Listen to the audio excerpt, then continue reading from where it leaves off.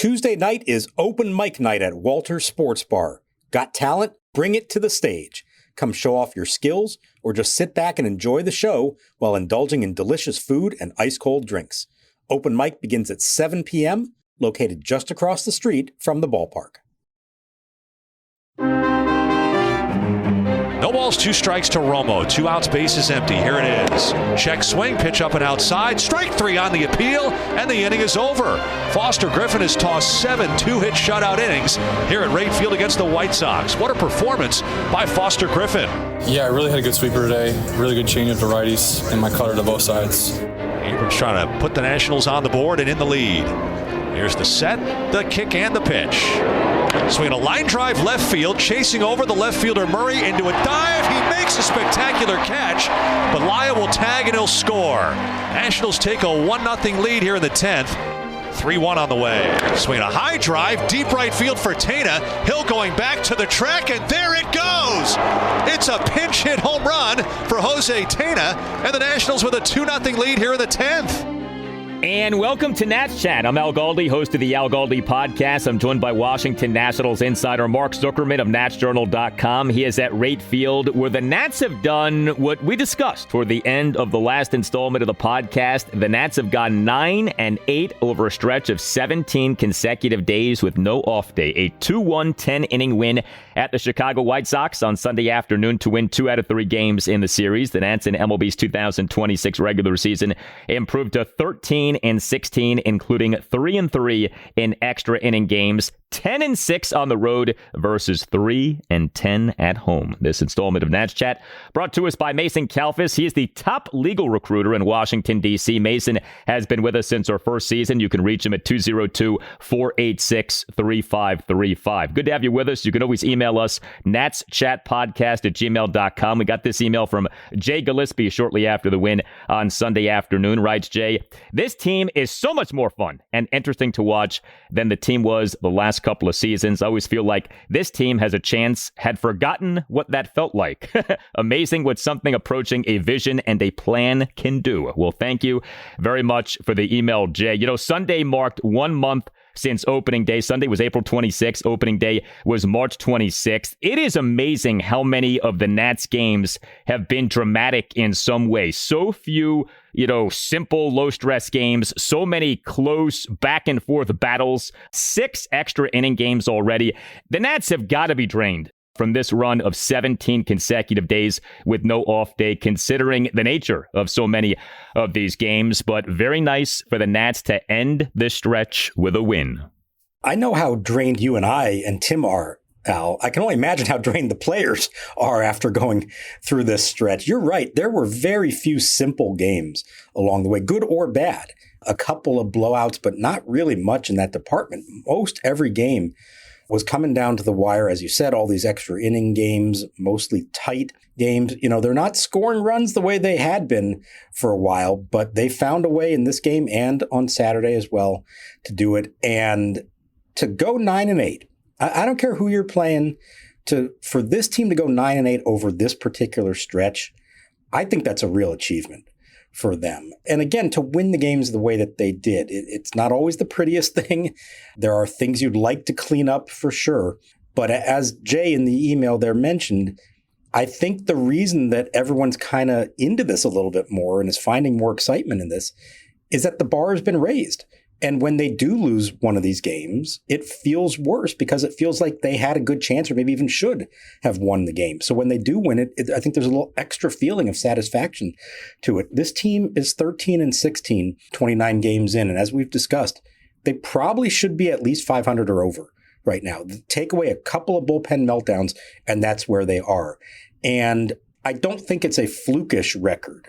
They're getting the contributions from their lineup, from all the key guys. The pitchers who are contributing to this, for the most part, are guys who may have a future here. So I think it's a meaningful 13-16. I don't think this is a 13-16 that you say, well, what does it really matter when it's, say, Josh Bell, who's the one carrying the load, or I'm trying to think of who a pitcher would have been that would have fit that description, but somebody who, you knew wasn't going to be around here for a long time. So I do think it's somewhat meaningful, and I think there's something to be I think there's reason for them to appreciate what they've done over this stretch. Well, and to the point about this not being a fluke, so the Nats are 13-16 with a run differential of -15. If you go by ESPN.com's expected one-loss record based on the run differential, the Nats' expected one-loss record is 13-16. The Nats are exactly what they should be given what the team has done. So, it's not like the team is winning a bunch of one-run games. It's not like the team is winning a bunch of extra inning games, 3-3 and extra inning games. So, this team has earned these 13 victories. And, so much of this, of course, is perspective because expectations going into opening day were so low, maybe the lowest that they have ever been in terms of the Nats' time in Washington, D.C. But the team has been a pleasure to watch. And no doubt, 9-8 over this grueling 17-day stretch says a lot. And maybe the most encouraging thing in recent days is the Nats starting pitching. Some really nice outings. We had Cade Cavalli in the 7-2 loss to the Atlanta Braves at Nationals Park this past Thursday afternoon, allowing 2 runs in 5 innings with 10 strikeouts versus no walks. We had Jake Irvin in the 6-3 10-inning win at the White Sox on Saturday, tossing 5 2/3 shutout innings with 9 strikeouts versus no walks. And we on Sunday afternoon got the latest impressive outing from Foster Griffin. He was great. He tossed 7 scoreless innings with 8 strikeouts. He gave up 2 hits, both of which were singles. He issued 2 walks, a hit by pitch, a wild pitch, and a balk. But he threw plenty of strikes, 95 pitches, 61 strikes, 34 balls. He per Statcast again threw 7 different types of pitches. We've become accustomed to this. But what we also are growing accustomed to is Foster Griffin being the Nats' best starting pitcher. 6 games, all starts, ERA of 2.67, whip of 1.07. I know the White Sox aren't great, but Foster Griffin looked terrific in this game, and he overall has been terrific for the Nats. Yeah, I think we've seen parts of this throughout his first, 5 starts prior to this point. And I think in this game, you saw everything come together in the best version of him. Throwing strikes, working fast. My God, some of the half innings in this game were so fast. And that went both ways. Griffin would have a real quick, 3-minute bottom half of the inning. He'd go into the dugout, and literally 2-3 minutes later, he's back on the mound because his teammates had made 3 outs that quickly. And that didn't throw him off at all. He stayed in that rhythm, worked fast, kept throwing strikes. The strikeouts came on 5 different types of pitches. So again, he has the ability to do all those different things. And I think what we can pretty clearly say right now, 1 month into the season, he has earned the trust of Blake Butera more than anybody else in this rotation. He is the guy who is going to be allowed to go deeper in games, and he has rewarded his manager for that faith in him so far. I know he doesn't have a lot of big league experience, but the way he's pitching and the way they are managing him, he's more like you would expect from a veteran, established big league pitcher, and that's a great sign for somebody who, as we know, did it in Japan, but hadn't proven it at this level yet. It feels like if you just watch this guy, you would think this guy's been in the big leagues 5-6 years and is a very well-established, solid big league pitcher. Well, he is in his age 30 season, so he has a lot of baseball experience, not a lot of MLB experience. He was well-regarded enough to be a first-round pick. I don't know how many people pick up on this with Griffin. He was taken with the number 28 overall pick in the 2014 MLB first-year player draft, was taken by the Kansas City Royals. Something else I've thought about with Foster Griffin, too. So he pitched well over his 3 seasons in Japan and now is pitching well here. The gap between the NPB and MLB has gotten smaller, I believe, over the last, 10, 15, 20 years or so. There was a time, I remember when I was a kid, people would talk about Japanese baseball as being so inferior to MLB. And the notion of someone coming from Japan and doing well here was like, get out of here. That can't happen.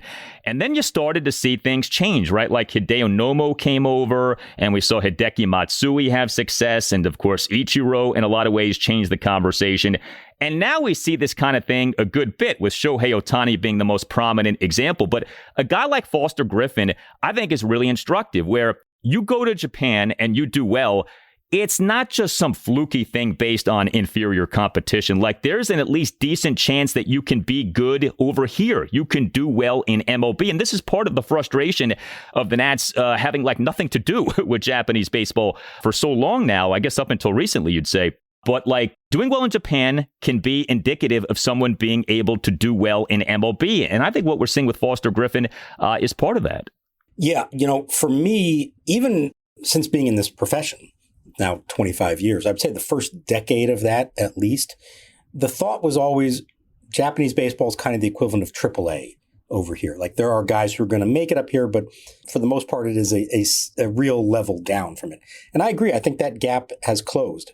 Maybe not to the point that they're exactly equal, but certainly success there does seem to translate over here. Did you notice, for the first time this year, Griffin faced a hitter who actually has a history against him, Munetaka Murakami, from their 3 years in Japan. And Foster was telling me that they were in the same division. They faced each other a lot over the years. Griffin had tremendous success against him, and he carried it right over here.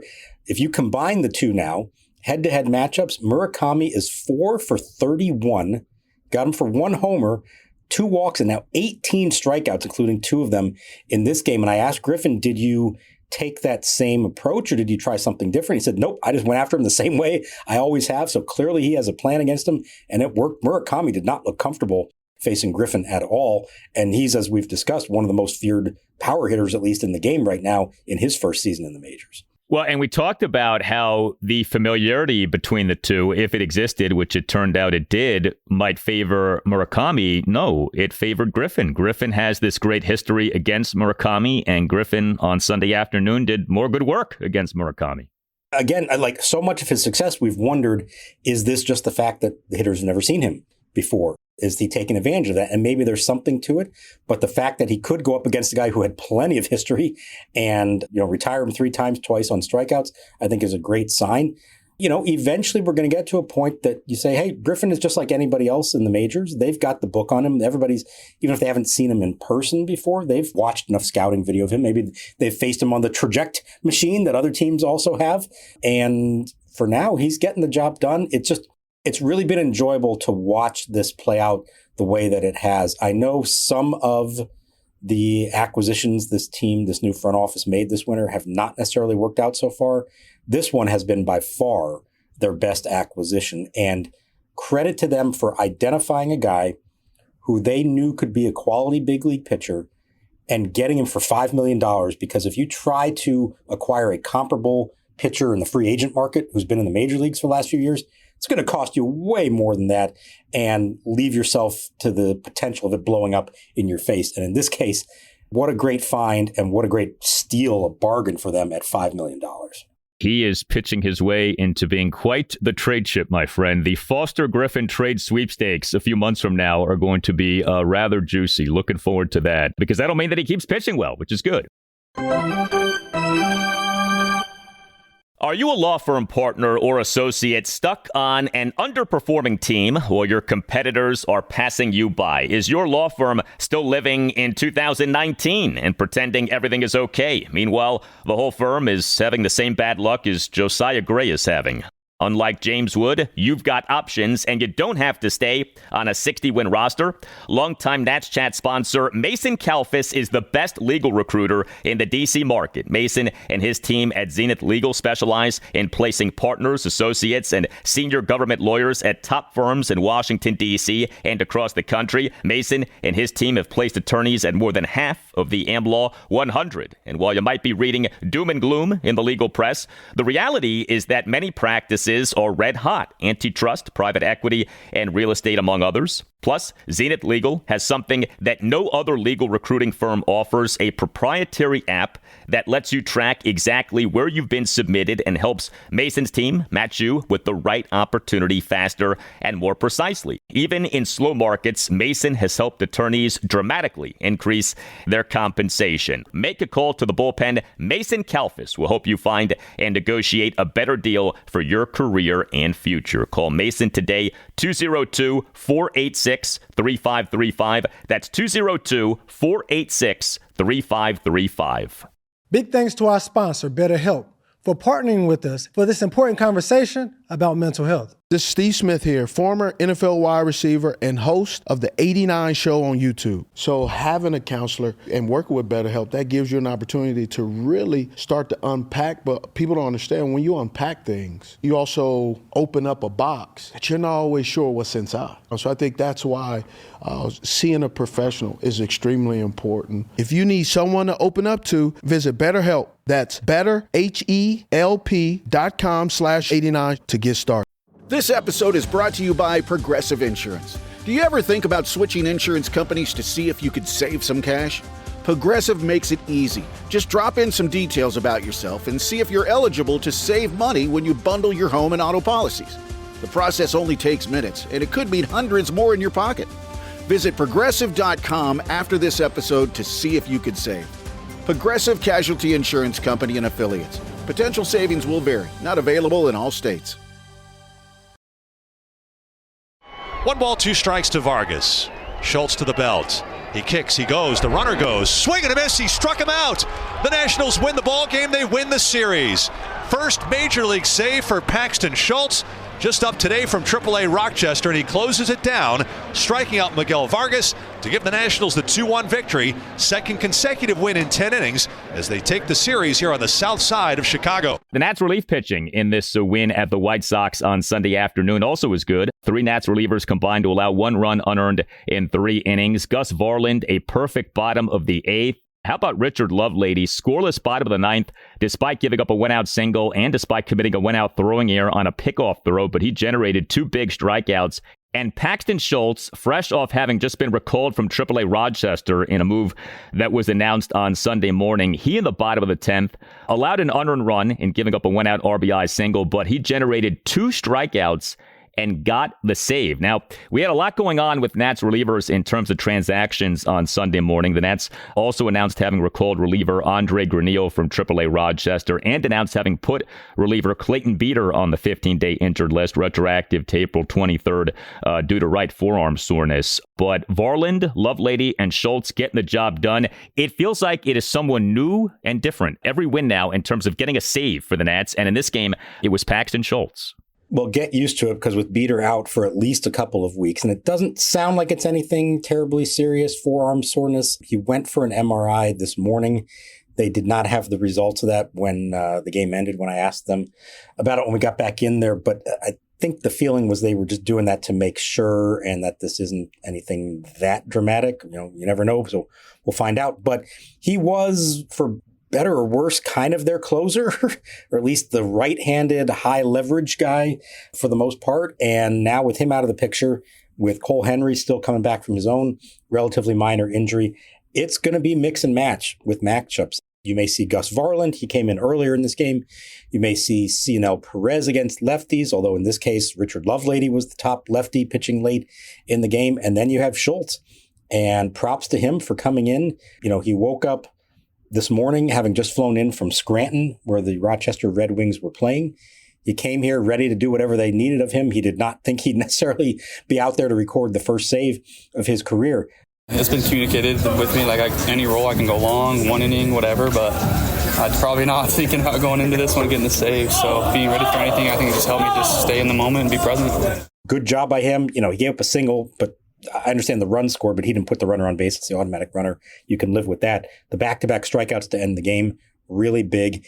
And what you're going to see, I think, from this bullpen is we know what the issues are, of course, but they've kind of bonded together throughout this weird process where there's constantly guys moving in and out.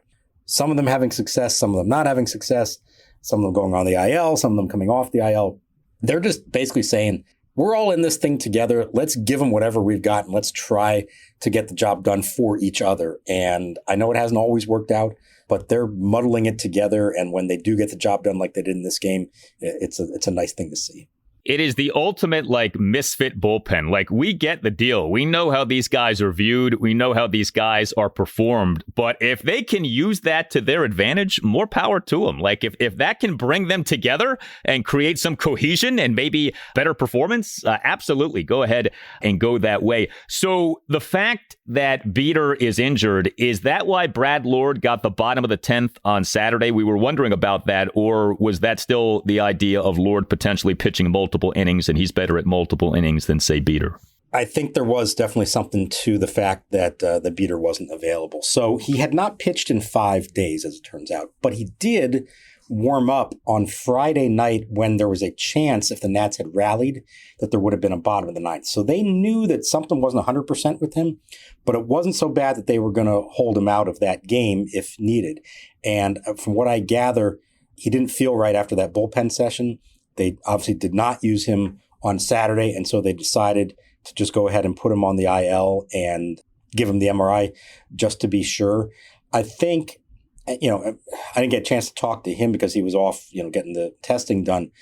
But Blake Butera kind of alluded to this pregame as well, that when you look back on it, you wonder, okay, was he trying to fight through something maybe for the last few weeks?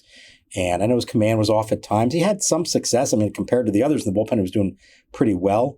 A lot of walks, though.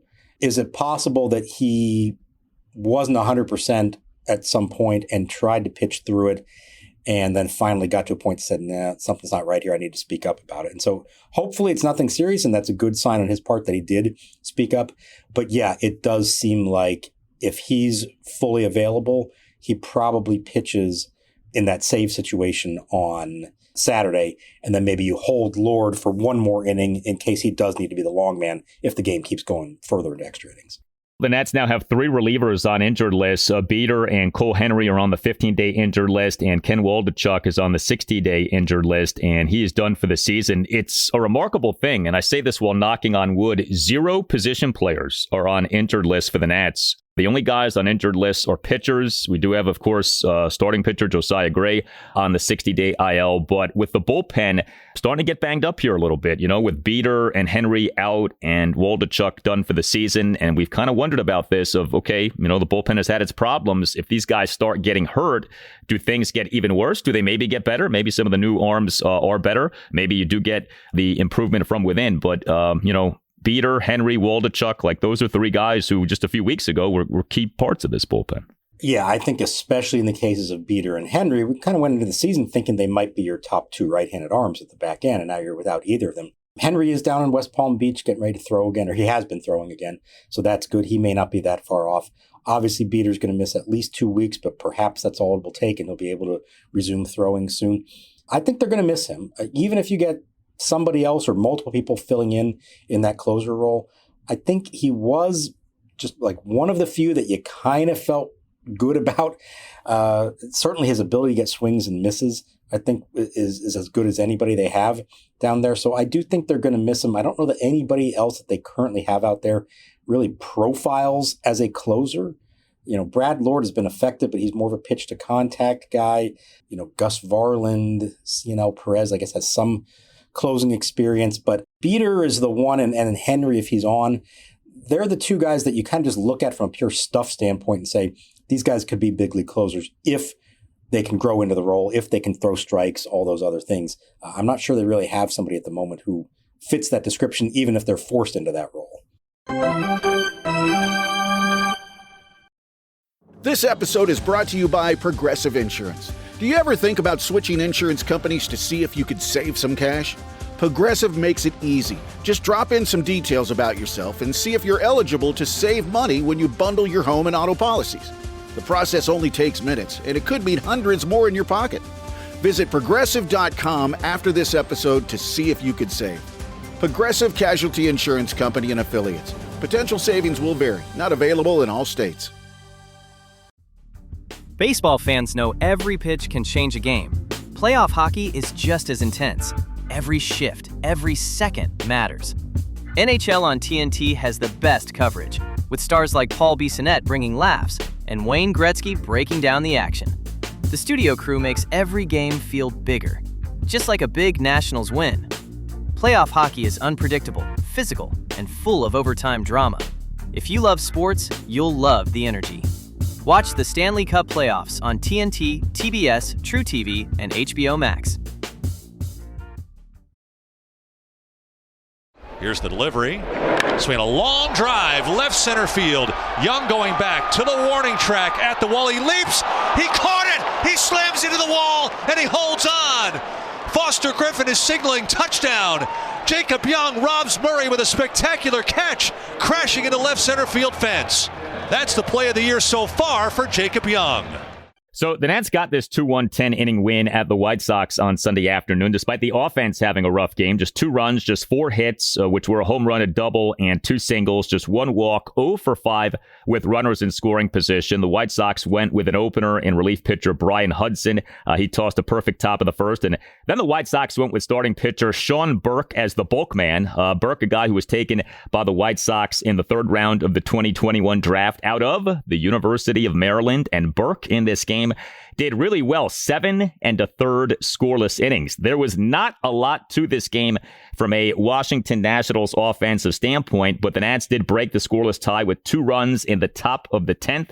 The first run came via a 1-out RBI sac fly by shortstop C.J. Abrams, and then Jose Tena delivered a pinch 2-out solo homer to right field for a 2-0 Nats lead. So more pinch hitting magic for the Nats. Manager Blake Buter has been so good in how and when he has deployed pinch hitters. Your updated pinch hitting stats for the Nats now: pinch hitting OPS of 791, and that is over an MLB high 41 pinch hitting plate appearances. So the good OPS is not over some tiny sample size in comparison to the rest of MLB. But what I thought was so interesting about this, and you asked Blake Buter about this during his post-game session, Buter pinch hit Tena for center fielder Jacob Young, who we know is so good defensively. This is a close game.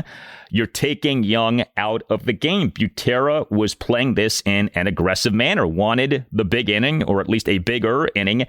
Didn't exactly plan for Tena to hit a home run, but thought he'd give us a good at-bat there. And man, did the decision work out with Tena homering. Look, I'm probably not the only one who was thinking this in the moment, but I kind of thought, is this necessary? They had just taken the lead, 1-0. If it's still tied, you're still trailing. If there's runners on base and you're trying to get them home, I could understand it. But you're already up 1-0. Do you really want to take out your Gold Glove caliber center fielder, a guy who made a leaping catch at the wall a little bit earlier in this game? Do you want to take him out for a pinch hit appearance by Jose Tena with 2 outs and nobody on in the 10th inning? And Buter said, look, I wanted more. We were playing for more than one there, which is why we didn't bunt Vivas to start the inning. I think he probably deep down knew 1-0 might not be enough, and he liked the lefty-righty matchup. Now, he didn't know that Tena was going to hit a home run, but he thought he might at least extend the inning and give a chance for somebody else to drive him in. That was Tena's first major league home run since 2024. He's only got 4 of them in the major leagues overall. This is the guy, remember, that when they acquired Jorbit Bibas shortly before opening day, we all just assumed that was the end of the line for Jose Tena because they have the same profile as left-handed hitting backup infielders, and Bibas was known as a far better defensive player. Well, Tena's still here a month later. He's barely played the field at all. It's been 1 appearance in left field. Otherwise, he has only been a DH and a pinch hitter, and he's actually done pretty well for them. So I'm going to give them credit. I'm going to give him credit for making the most of this situation. It felt like an extraneous guy to have on your team, but he has contributed to them, and this was by far his biggest contribution to date. Yeah, he for this month of April now has an on-base percentage of .333. I mean, he doesn't hit for a ton of power.